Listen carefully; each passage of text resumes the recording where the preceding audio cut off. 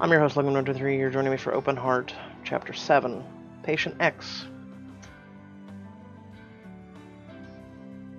A week after the housewarming party. You're leaving a patient's room with Elijah when suddenly... Casey, is it me, or is the ground shaking? Does Boston get earthquakes? The two of you hear a rumble approaching and look down the hall, where a herd of interns is stampeding right towards you. Dr. Ramsey's posting the new rankings! Are you coming or what? Run ahead of the herd, get out of the way. Well, because I'm not a child, get out of the way. Uh-oh. You and Elijah take cover inside a patient's room as the stampede barrels past. What, you're not excited to see the new rankings? I'd rather not get Mufasa on the way. Nice. Once the coast is clear, you and Elijah calmly follow the group to the atrium. By the time you arrive, the interns have already crowded around Ethan, who's about to pin the latest fellowship rankings to the board. My God, can't any of you exhibit a modicum of self-control? Despite the insult, you detect something distant in his gaze as if he's barely paying attention. He walks away, leaving the interns to crowd around the ranking sheet. Hey, I patiently came here. Guys, I'm up to 5th. Finally! I slipped to number 13. Weak. 17. I knew that would happen. Dr. Ramsey caught me crying in a supply closet yesterday. I've just had a lot of really sad cases lately. Oh, Sienna, want to talk about it? No point wallowing. Just gotta smile my way through. You notice Jackie's face fallen silent. I inserted face somewhere. Shut up. I'm still sick. You search the list for her name and find she's dropped down to 11. Really? And right above her is number 10. Nice work, Casey. I'm number 10? I should be lower. I definitely don't deserve top 10. Don't do that. Do what? Feign modesty. I'm not? I'm not feigning anything. I think I have a lot of work to do to improve. Sure, whatever you say. It's called being humble. Why is it when some people are humble or modest, you're feigning it? I don't understand. You can't win with people anymore. You can't. Later, you're filling up your lunch tray in the cafeteria. As you cross the room, you overhear Aurora in line, surrounded by her usual gaggle of sycophants. Dr. Emery, can I pay for your lunch? What you can do is not stand so close that your stethoscope drags through my salad. Slide in beside your roommates. How is she still number 1 in the rankings? Seriously, she's not better than us. This one patient, she probably spent 10 minutes with, tops. Did she solve the case? Well, yeah. I think she's just that good. You can't seriously think that. What's the point in thinking anything else? All we can do is work to better ourselves. Saying it's unfair doesn't help us in the competition, and it doesn't help our patients. I think we just need to make better impressions on Dr. Ramsey. I mean, does he even know who we are? He knows who Casey is. We should all try to get some one-on-one time with him. Does he have office hours? I'm not sure he has time for interns right now. He seems really wrapped up with some secret case. A secret case? What are you talking about? I saw a chart of his. The name on it was Patient X, and he was really distracted by him. Patient X? That sounds total badass. I bet he's working on some new cutting-edge treatment. Ooh, do you think maybe we could help him out with it? I don't really want to get on Ethan Ramsey's bad side by prying into his business. Really? I'm always up for prying into people's secrets. And that's why you're lower on the rankings, probably. Come on, Landry. You must want to know what he's working on. Every fiber of my being. But I have self-control. You and your friends chow down, speculating excitedly about the possibilities of Ethan's secret case. After lunch, everyone splits up to check on their separate cases. Jackie heads off without saying goodbye, so you chase after her. Hey, Jackie? Wait up. Yeah? Listen. I'm sorry. What on earth could you be sorry for? For beating you in the rankings. I don't know, but I've clearly done something to upset you. Jesus, Casey, don't be such a martyr. I'm mad at myself, okay? I came to Edenbrook to be the best, and right now I'm not. So whatever emotional thing you want to do right now, I'm not interested. I can't let myself get distracted. Oh, so you're saying I'm a distraction? Yeah. She shakes her head and walks away. So much for letting the competition affect our friendship. Well, that happens. After your rounds, you check in on one of your newest patients. He's sitting in a bed, strumming poorly on a ukulele, singing quietly. Salt on my skin and sand between my toes. I go wherever the ocean goes. Oh, what's up, Doc? You ready to let me out of here? Well, Remy, that depends on what your lungs have to say. Check Remy's breathing. Ooh. Any wheezing or coughing today? Nope, I'm feeling 100%. Listen intently as he breathes in and out. His lungs sound crystal clear. It sounds like your respiratory infection's all cleared up. Let me check your vitals and then we can see about discharging you. You slip a blood pressure sleeve around his arm and pump it. Man, I can't wait to get back home to California and hit the waves again, man. Even a few days away, it feels like forever, you know? Do you surf, Doc? Me, surf? No, but I've always wanted to try. Oh, it's never too late to learn. Like, ever find yourself in SoCal? Hit me up. I can give you a lesson. It's the best feeling there is. Just you and the ocean, no worries, no problems. The only relief I get when I hear something like that is when I look up into the stars. I wish I could go space exploring. I really wish I could go into space and just explore it. Just send me alone. I don't care. Send me to Mars. I don't care. And honestly, no offense, but it seems like you could use a little less of the whole worrying thing. What are you talking about? Oh, you're wound tighter than my ukulele strings. What's on your mind? I wouldn't say none of your business. I'm gonna go with friend. Oh, please don't start up. I think a friend of mine is angry at me, and I'm not really sure why. Have you tried to set it right? Yeah, I tried talking to her, and she told me to leave her alone. Well, then you've done all you can do. Either she'll get over it, or she won't. Getting yourself all twisted up over stuff like that, what does it solve? I appreciate the advice, but it's a little more complicated than that.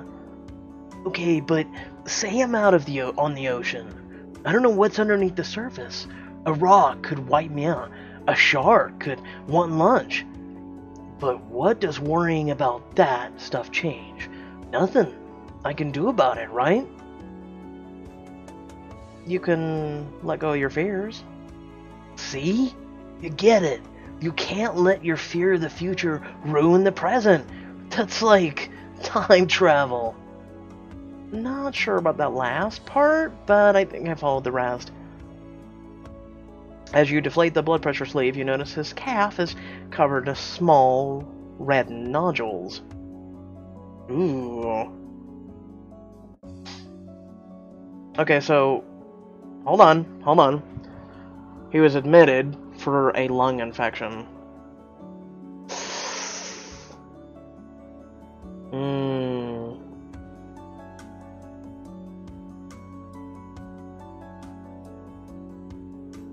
Okay.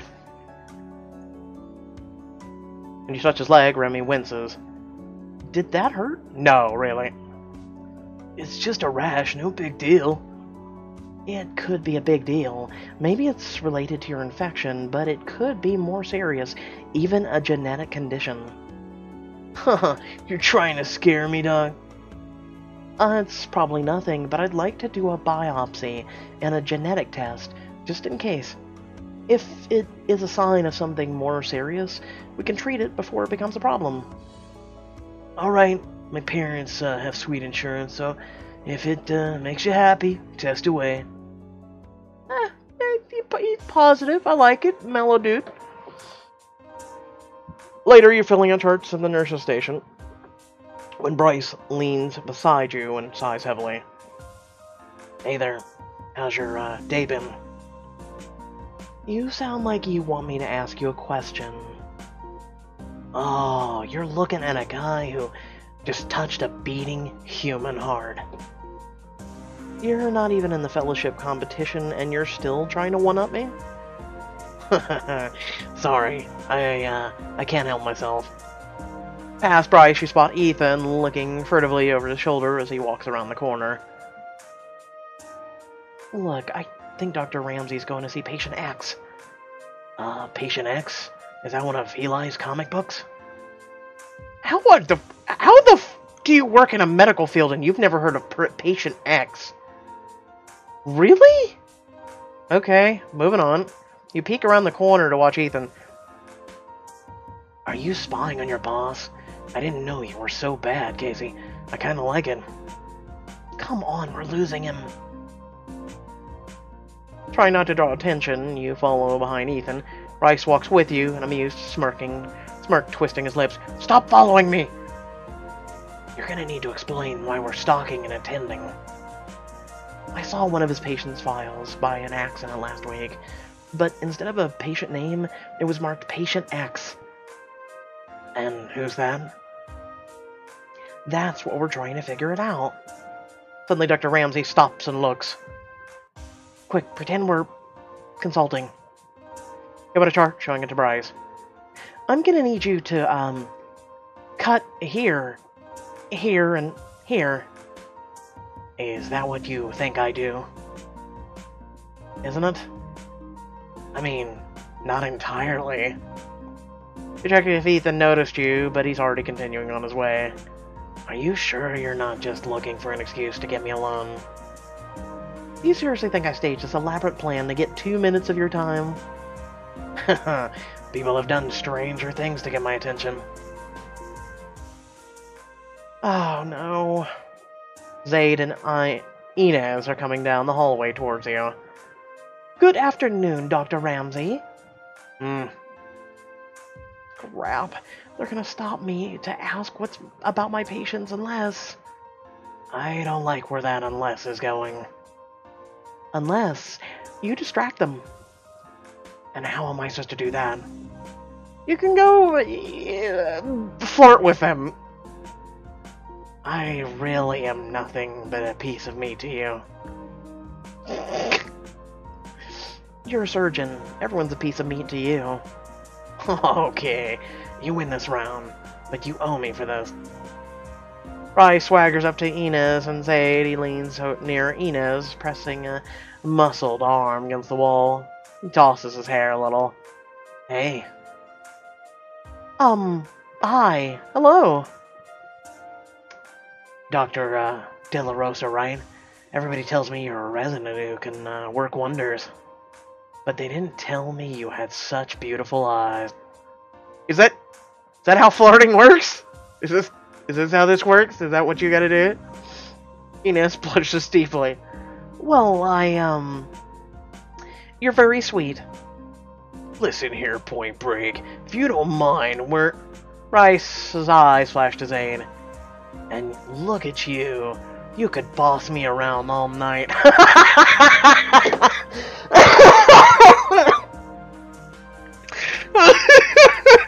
Oh my god.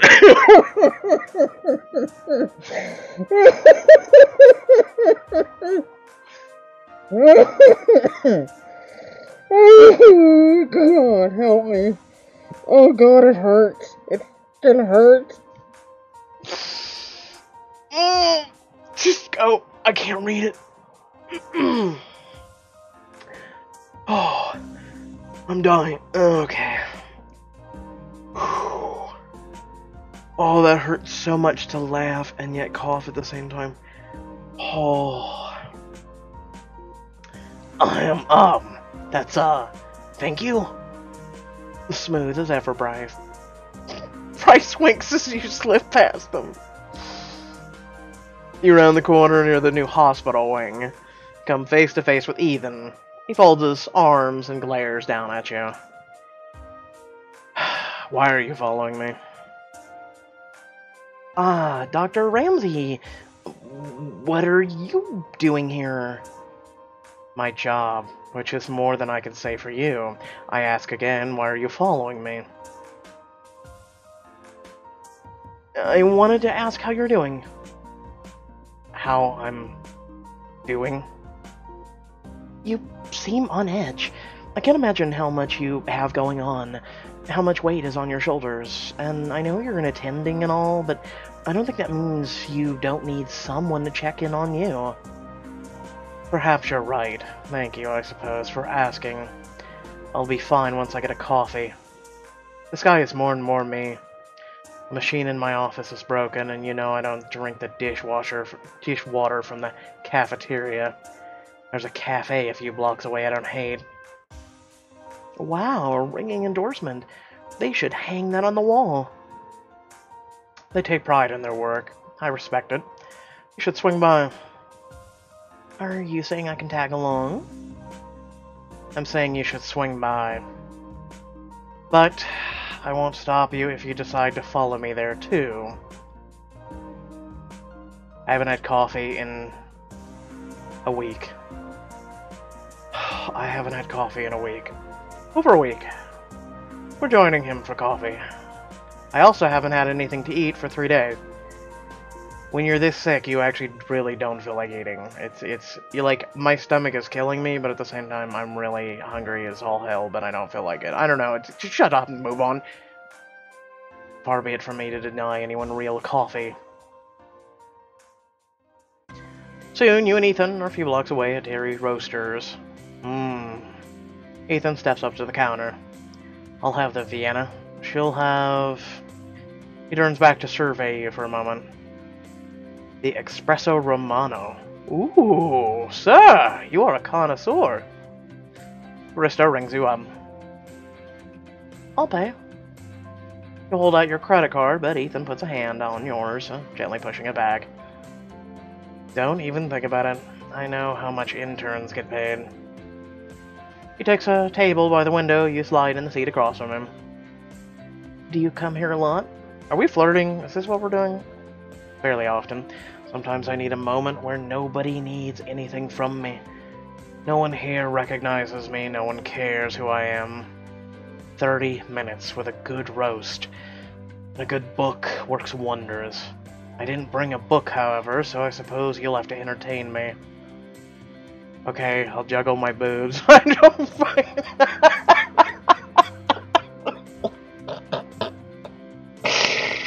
Oh, it hurts.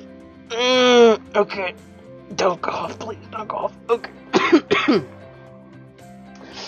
The barista serves up your coffees, and you're surprised to find a curly lemon twist on the rim of yours. Lemon, huh?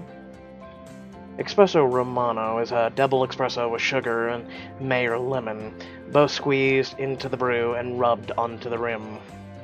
It brightens the espresso and cuts off the edge of the bitterness. Try it. You take a sip. Hey, not bad. Certainly an interesting mix of flavors. Just don't ask for it in Rome. It's a misnomer, and they won't know what you're talking about anyway. But I think you might like it. What made you think that? Simple observation. So what? You're studying me? I study everyone, rookie. I observe everyone, as should you. In fact, there's one of the reasons I most enjoy coming here. The clientele can be intriguing at times. I like to watch people too, but I also like to tune out the world sometimes. I'm actually kind of 50-50. People watching? Yeah, it's a thing. You just go out in public, watch the world go by, all the stories unfolding around you. Then I suppose I do like people watching. But the art of observation, of reading people, is critical to our work as diagnosticians. You've already begun to understand that. For instance, that man there, the one reading the book, he's deeply troubled. Something's gnawing at him. How can you tell? He hasn't turned a page the entire time we've been here. You give it a shot. Excuse me. You look around the cafe for someone to observe when a woman walks in with her hair a mess, some of it sticking up.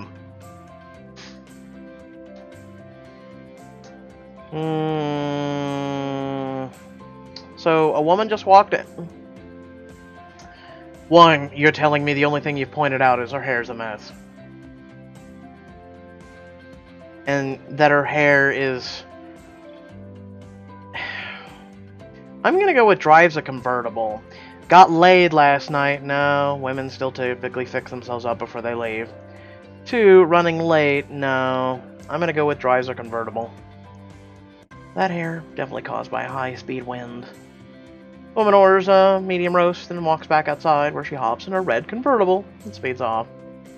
Well, red. Grubby looking man walks in, Ethan grins and lowers his voice. Try to top this. Based on how he carries himself, I bet that gentleman is going to order 2 venti macchiatos, one with almond milk, one with coconut, and... let's say a bear claw to go. The man trudges up to the counter and orders exactly what Ethan said. What? There's no way you predicted that. That's total BS. You cheated somehow. Indeed. That man comes in here with the same order nearly every day I'm here. So, you were just trying to impress me. Hardly. I'm trying to impress upon you the importance of observation and memory. My point stands, observation is key, subtle signals, the hidden details, all the secrets in plain view. Everyone throws a curtain over their lives, hopes it will smooth out the edges, hide the flaws, but the truth always shines through. Always. You just have to learn how to look for the light. Everyone.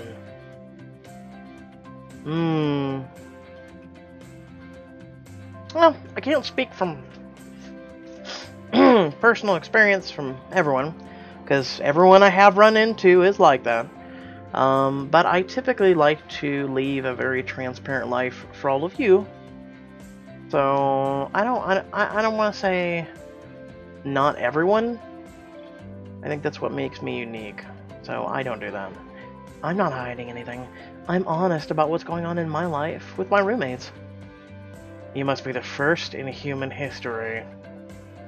Alright, let's up the ante. What do you see when you observe me? His eye settles on you, deconstructing you.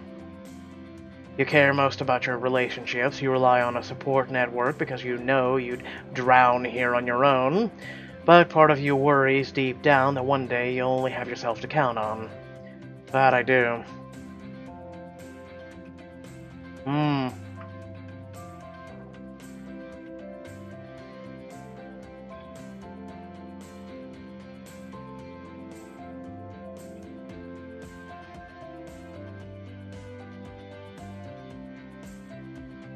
I think that's part of life.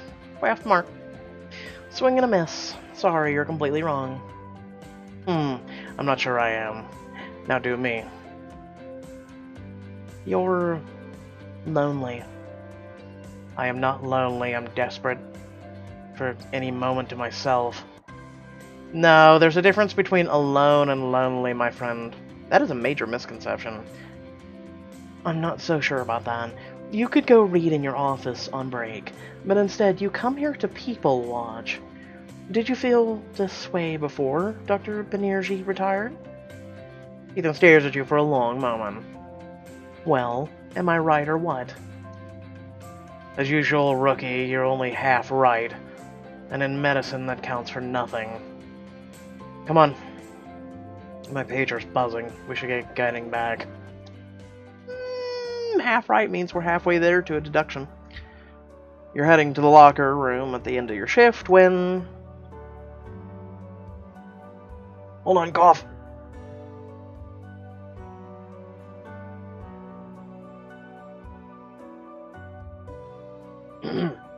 Hey, Casey. Raphael jogs across the atrium to join you. I was hoping I'd run into you again. Raphael, me too. Made any heroic rescues today? I'm not sure what qualifies as heroic, but we got everyone the help they needed. Is your shift over? Just about. Dr. Valentine! What is up with Raphael? And then we run into him, and then, like, shit happens every time. Danny hurries towards you, carrying a chart. I'm glad I caught you. The biopsy and genetic test you ordered came back. Oh, Remy's test. Great. Thanks, Danny. Read through the results, sighing with relief. Good news? Biopsy shows that his paniculitis is just related to his infection. Should clear up soon, but... Oh no. What? You gaze through the window into Remy's room, watching him fiddle aimlessly on his ukulele. Not a care in the world. He has genetic markers for distal muscular dystrophy. It's late onset, but one day, years from now, he'll lose the ability to walk. Surfing's his life. This will devastate him, and it's all because I was curious about something he didn't care about. What are you gonna do? I have to tell him, right? But it's not life-threatening. He won't start to display symptoms for another 20 years almost. I could just not tell him and let him enjoy his life, instead of hanging a sword over his head. I've never been in your shoes, but as a paramedic I've seen some heavy things, and I'd had to comfort a lot of bereaved folks. Sometimes the truth does more damage than it's worth. So what are you gonna do? I'm not sure. You gulp and walk into his room. He looks at you, eyes bright. Hey, Doc. We all set? Can I get out of here?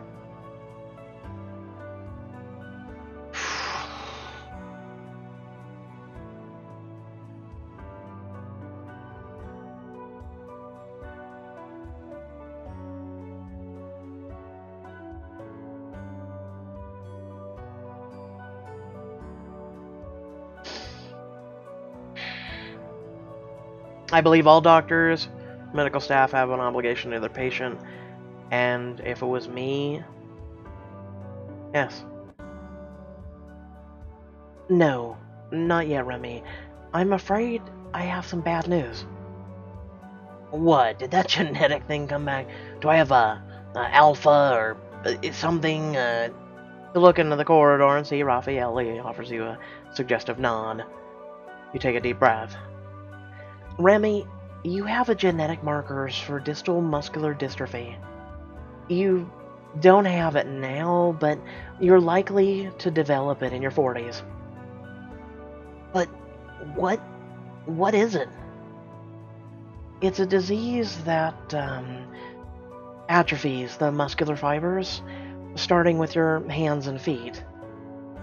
You mean one day I won't be able to surf? Will I even be able to walk? We won't know for a long time, but it's possible. I'm so sorry, Remy. This is total bull. I didn't even want you to do that stupid genetic thing. Remy. No! How can you just go out there and just surf with this hanging over me? How can I do anything normally? You've ruined my life.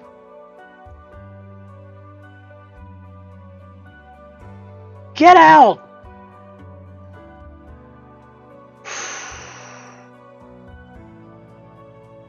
Now see, I've actually known some surfers that have used this as like a kind of like a goal to live their life to the fullest. I'm actually really surprised for a guy who's a surfer, he actually reacted like this. Especially as someone who's got bad news himself. And I didn't react this way. I mean, I get it, everyone's different. Close the door to Remy's room and join Raphael. I really don't know if I've done the right thing. You have to trust your gut, and you're said to tell him the truth. You sigh and nod, looking back into the room. Remy is lying on his back, sobbing with anger. His ukulele is abandoned on the floor. How about I, help you take your mind off this? Ow. We're both off duty. Why don't you, let me buy you some dinner? I'm a local after all. I can take you somewhere you haven't seen before. Head home this once. I already spent time with Ethan. Thanks, but I think I need a long shower and some zone-out time. Another night, then. Sure. At night, you knock on Jackie's open bedroom door.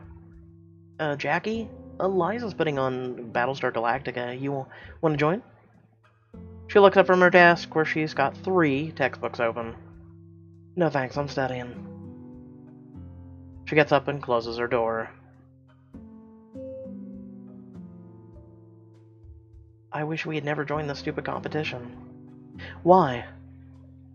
Because maybe then you wouldn't treat me like an enemy. You're not an enemy, Casey. You're an obstacle. She closes the door in your face. You linger there a moment, upset. Then you return to the living room and plop down on the sofa with your other roommates. Oh, I meant to ask, did anyone have any luck finding out who Patient X is? Not me. I checked the patient records and the room allocations. There's no record of anyone by that name in any room in the hospital. I asked Danny.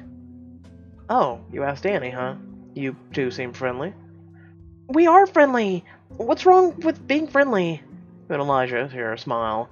Anyway, he looked at me like he thought I was having an aneurysm. Then he said it sounded like someone was hazing him.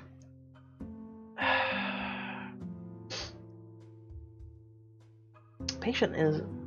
You don't think Ramsey was trolling me, was he? I mean, he is known for messing with interns, but that would be next level. Elijah cues up the TV show. Okay, Elijah, lay this game-changing science fiction on us. Prepare to be blown away, my friends. The next morning, you walk past Remy's room, nervously glancing inside. You find him sitting up at the bed, deep in thought, with his ukulele in his lap. He looks up, seeing you, and beckons you inside.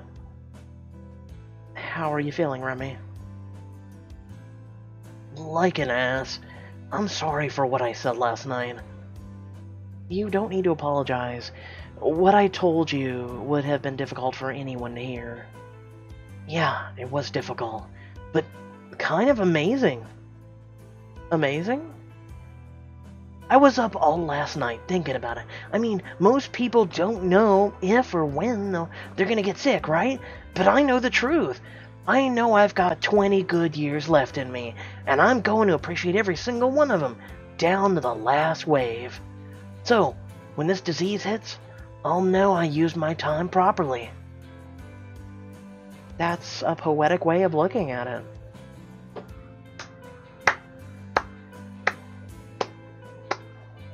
That's all I gotta say. Here, I want you to have this. He holds out his painted ukulele. Oh, Remy, I can't take this. It was like $5. It's actually kind of pretty. It's a peacock design. Please, it's an apology and a thank you for giving me my 20 years. A lump grows in your throat as you take the ukulele. Thank you. I'll keep it safe for you. Thanks, Doc. Later, you're humming to yourself as you take a shortcut to the new patient's room, avoiding the tarps and tools near the new hospital wing, when a gut feeling stops you in your tracks. Hold on. You peer around the corridor, still under construction. I followed Dr. Ramsey here yesterday, and last week I saw him here too. There's no record of anyone by that name in any room in the hospital. Trusting your instincts, you step around the barricades and enter the new wing. You creep through the unfinished corridor, careful not to make a noise. You pass dark patients' rooms and offices, all nearly complete.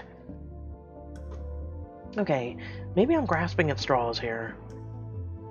Keep going. No, my gut tells me something's going on in here. Keep walking, and notice a warm glow up ahead. The lights are on in one of the new patient rooms. You creep towards the room and peer through the window blinds. Someone is in the bed. Immobile. You move closer, trying to make out their face. Oh my god. Dr. Banerjee? It's unmistakably him. His eyes barely stay open, his chest moves up and down in shallow bursts. Beside him, head in hands, is... Ethan glances up, his eyes locking on yours through the glass. Oh no. You dart back down the corridor. Rookie, stop! Freeze, cringing, and turn back. You're about to get the dressing down of your life. Dr. Ramsey, I'm sorry. I didn't mean... You look back at Dr. Banerjee's room, the curiosity overwhelming your fear. But didn't Dr. Banerjee resign? What is he doing here?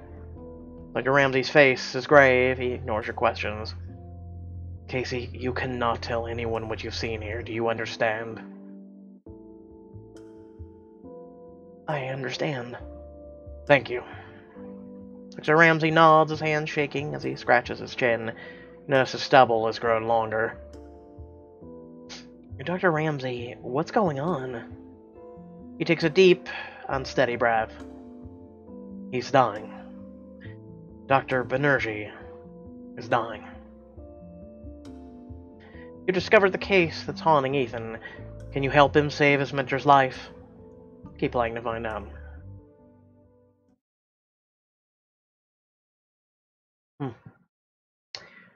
Without further ado,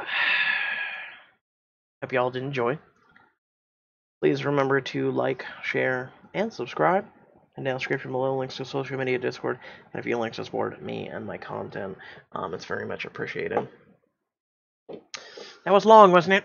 I mean, we did the diamond thingy. It was fun. It was enjoyable. And hey, I mean, to be honest, I didn't feel like there were a lot of diamond choices in this one. And I will try and get the other ones out as soon as possible. So thank you for bearing with me. I still got to do Cross the Void. I'll probably do that later, this weekend.